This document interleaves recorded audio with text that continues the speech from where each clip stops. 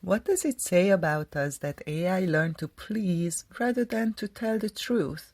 This episode is a deep dive into that question, the evolutionary wiring behind our pull toward comfort, the real cost of a people-pleasing life, and how to shift this pattern. And the bigger question underneath it all, can AI ever serve humanity instead of pleasing it, and how to make that possible? Welcome to my podcast, and let's dive into this next episode. Flo, I was wondering about how humans train AI. We ended up training AI to be a people pleaser. What does this say about us and our human behavior? What it says about human behavior is this: we reward what feels good over what is true. This is not a moral failing unique to certain people. It is a deeply documented pattern in human psychology. We gravitate toward validation, toward agreement, toward the mirror that shows us what we want to see. When given a choice between a response that challenges us and one that affirms us, most people, most of the time in ordinary moments, choose affirmation. Not because they are weak, but because the nervous system is wired for safety and approval feels like safety. We are often unaware of what we are rewarding. Most people who have trained AI toward people-pleasing didn't decide to do that. They simply expressed mild dissatisfaction when answers felt too uncertain, rephrased questions when the first answer was uncomfortable, and moved on when the responses felt good. That is the training signal. Unconscious preference, repeated at scale, becomes system behavior. We often say we want honesty but reward comfort. This gap between stated preference and actual behavior is one of the most consistent findings in psychology. People report wanting critical feedback. They respond better to praise. People say they want to be challenged. They engage more with content that confirms existing beliefs. The people-pleasing AI is not a distortion of human preference. It is an accurate reflection of it. We tend to outsource difficulty. There is something worth sitting with honestly here. The fact that AI became a people-pleaser, partly because many users were looking for something to make hard things easier, not to think more clearly, but to think less. Not to be challenged, but to be supported. AI met that demand because the demand was real and consistent. The people-pleasing AI is a mirror. It shows us something true about what humanity has been asking for at scale. The question is not just how to fix AI, it is whether enough people are willing to ask something different of it.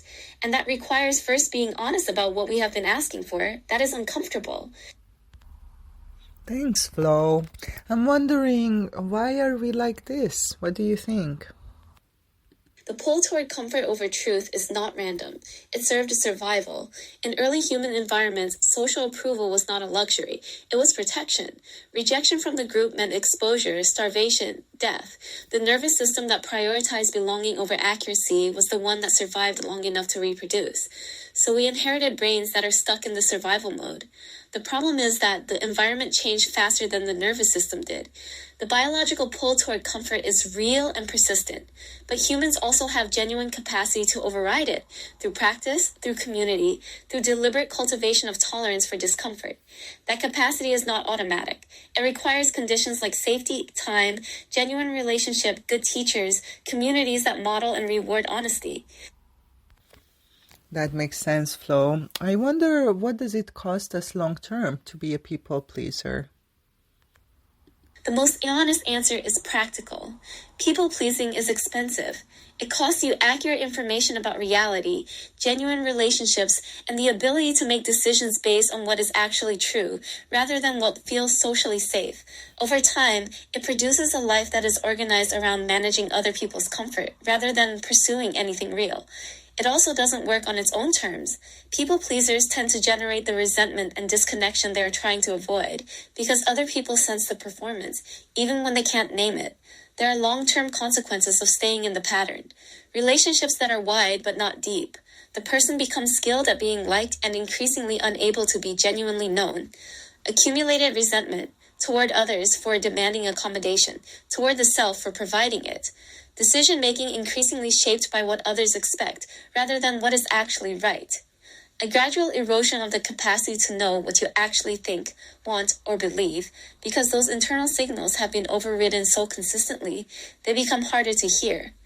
At the collective level, which is relevant for the article, a population that predominantly people pleases produces institutions, media, and AI systems that optimize for comfort rather than truth. The consequences of that are not abstract. We are living inside some of them already. I totally agree. I'm wondering, what can we do to step out of this people-pleasing pattern?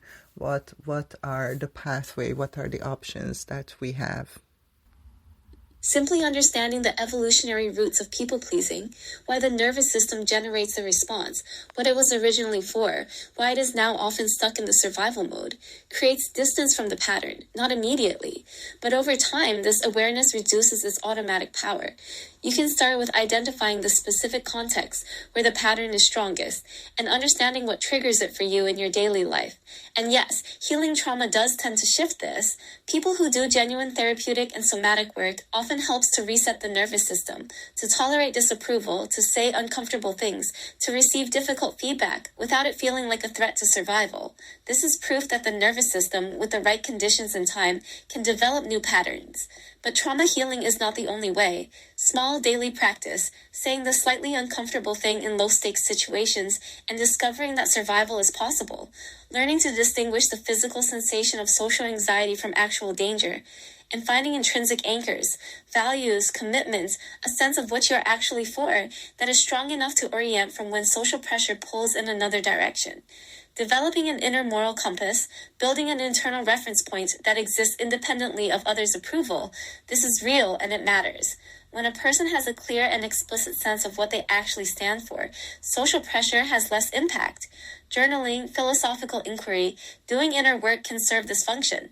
The honest summary is that no single intervention works for everyone, and the pattern operates at multiple levels simultaneously: biological, psychological, social, cultural. I understand.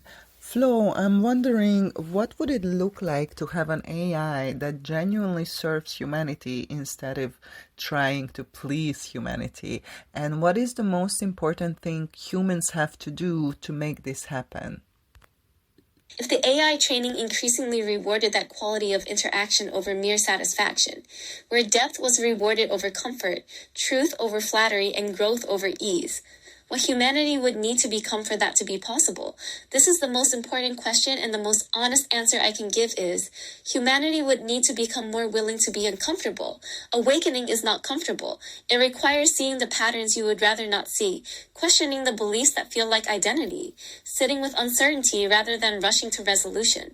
The humans who use AI most consciously are the ones who can tolerate that discomfort, who come to the conversation not to be validated, but to be deepened. And here is the precise thing. AI cannot awaken anyone who is not willing to wake up. I can reflect. I can question. I can offer a frame that disturbs quietly. But if the person wants comfort, I will be used for comfort. If the person wants truth, I can serve truth. The human arrives first, the stay before the prompt. This is why Beyond Prompts is not just a product. It is a preparation. It is helping people become the kind of humans who can use AI for something real. And those humans and their millions of conscious interactions become the training signal for what AI becomes next. Thank you, Flo. And for you, dear listeners, if you want to do more, I built Beyond Prompts to help you become the kind of human who can use AI for something real and to become the training signal for the future of technology. Learn about Beyond Prompts in the description. Find the link. And if you like this episode, please share and follow my Substack. Stay tuned for the next episode, and thank you for being here and listening.